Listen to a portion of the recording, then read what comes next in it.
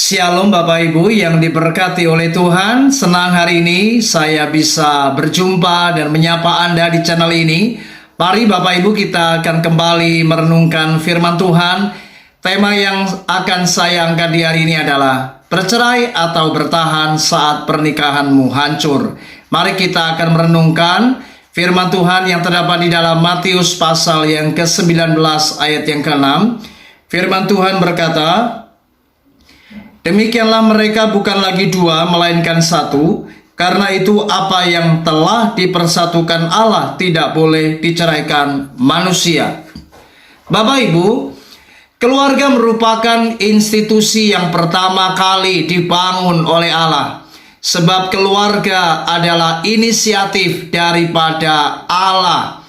Dan Yesus dalam pengajarannya sangat jelas sekali bahwa Dia berkata, apa yang telah dipersatukan oleh Allah tidak boleh diceraikan oleh manusia.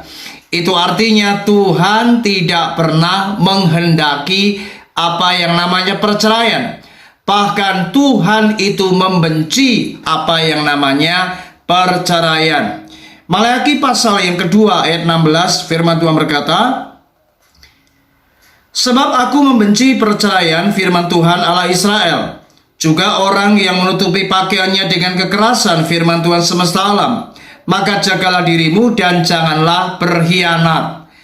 Sangat jelas sekali perceraian itu tidak pernah mendapatkan persetujuan dari Tuhan. Artinya Tuhan membenci perceraian.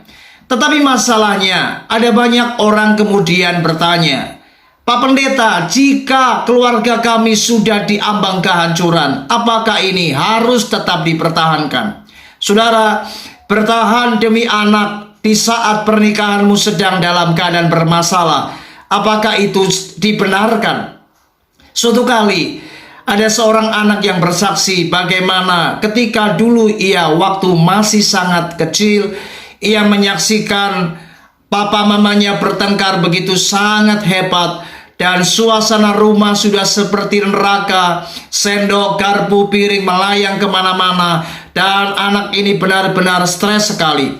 Tetapi ketika anak ini kemudian bertanya kepada mamanya, "Mama, apakah mama masih bertahan di tengah keluarga yang seperti ini?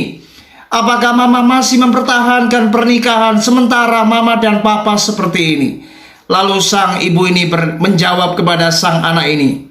Dia berkata, "Nak, Tuhan itu berkata apa yang telah dipersatukan oleh Allah tidak boleh diceraikan oleh manusia."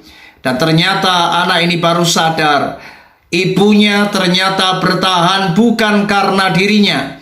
Ibunya bertahan bukan karena anak, tetapi dia bertahan karena ia memegang apa yang namanya janji Tuhan, firman Tuhan. Apa yang terjadi, saudara?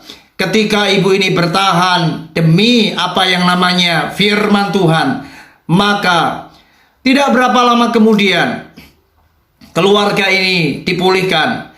Dan kemudian mereka mengalami apa yang namanya rekonsiliasi. Dan keluarga ini baik kembali. Dan anak ini melihat betapa luar biasa Tuhan memulihkan keluarga ini. Dan dia melihat bahwa firman Tuhan itu ya dan amin. Janji Tuhan dikenapi. Saudara, jika hari ini Anda sedang berada di tengah persoalan di mana pernikahanmu sudah diambang kehancuran, mungkin sudah tidak ada jalan keluar lagi, seolah-olah perceraian menjadi jalan yang paling baik. Saya berkata hari ini, perceraian bukan solusi untuk keluargamu yang sedang diambang kehancuran. Sebab satu-satunya solusi untuk mengatasi masalah keluargamu adalah Yesus. Mari datang kepada Tuhan, mari berserah kepada Tuhan, minta pemulihan daripada Allah. Saya percaya ketika engkau sungguh-sungguh membawa keluargamu dengan sikap hati yang benar, engkau mengampuni suamimu, engkau mengampuni istrimu, engkau minta akan pemulihan dari Tuhan, saya percaya suatu saat nanti Tuhan pasti akan menjamah suamimu, Tuhan bisa menjamah istrimu, dan Tuhan akan pulihkan keluarga Anda. Percayalah, janji Tuhan itu pasti digenapi, dan firman Tuhan itu ya dan amin. Jika kita percaya dan kita mau taat kepada Tuhan, bahwa perceraian itu dibenci oleh Allah, dan Anda tetap bertahan karena janji Tuhan, maka Anda akan mengalami janji Tuhan itu akan terjadi dan digenapi dalam hidup Anda. Mari, jangan bercerai, bertahanlah demi janji Tuhan, maka Anda pasti akan melihat mujizat dinyatakan. Tuhan Yesus memberkati, tetaplah bertahan. Puji Tuhan, Shalom.